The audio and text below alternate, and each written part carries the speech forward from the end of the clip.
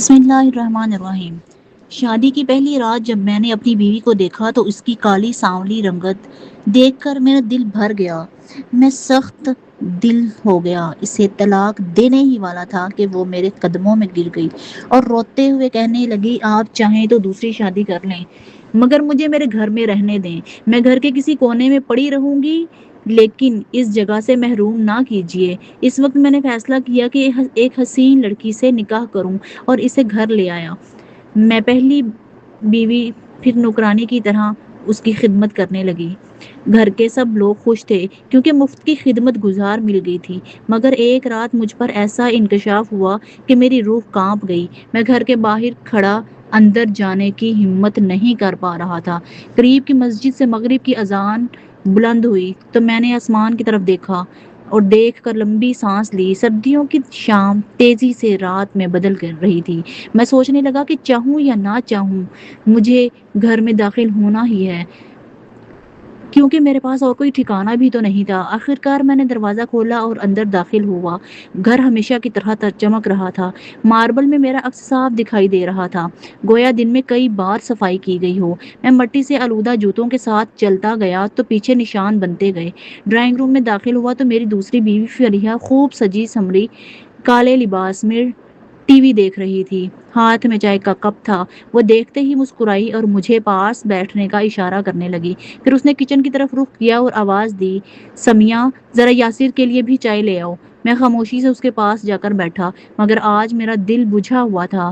فریحہ نے بھی محسوس کیا، اس لیے وہ میٹھی باتوں سے میرا دھیان بٹانے کی کوشش کرنے لگی۔ تھوڑی دیر میں سمیہ چائے کا کپ لے کر باہر آئی۔ میں چونک اٹھا، مگر وہ خاموشی سے کپ میرے سامنے رکھ کر واپس پلٹ گئی۔ جاتے جاتے راستے میں بکھرے کھلونے بھی سمیٹتی چلی گئی۔ میری نظر دور تک اس کا تعاقب کرتی رہی۔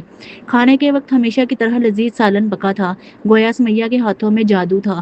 فریحہ کھانے کے دوران بھی مسلسل باتیں کرتی رہی، مگر میرا دھیان کہیں اور تھا۔ میں بہانہ بنا کر جلدی اٹھ گیا، مگر رات بھر کروٹیں بدلتا رہا۔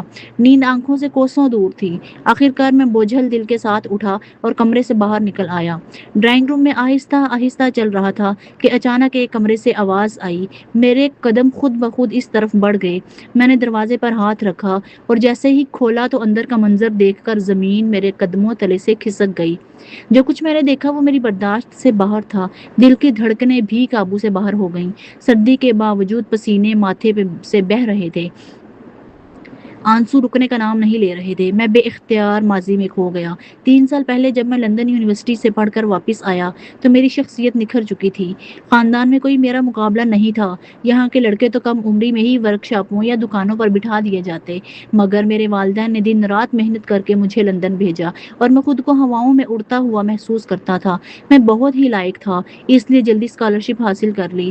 4 سال لندن میں پڑھ کر واپس آنے کے بعد میں مکمل طور پر بدل چکا تھا۔ میرے گھر واپس آنے کی خوشی میں میری ماں نے پورے خاندان کی دعوت رکھی۔ خاندان کی لڑکیاں چھپ چھپ کر مجھے دیکھتے ہوئے ایک دوسرے کی طرف اشارہ کر رہی تھی۔ ہر ماں کی یہی خواہش تھی کہ میں ان کا داماد بنوں۔ اس خیال نے مجھے جیسے مغرور سا بنا دیا۔ میں ہواؤں میں اڑنے لگا۔ میں مغرور کیوں نہ ہوتا؟ میں خوبصورت تھا، اعلیٰ تعلیم یافتہ تھا اور پاکستان آتے ہی مجھے ایک بہترین نوکری مل گئی۔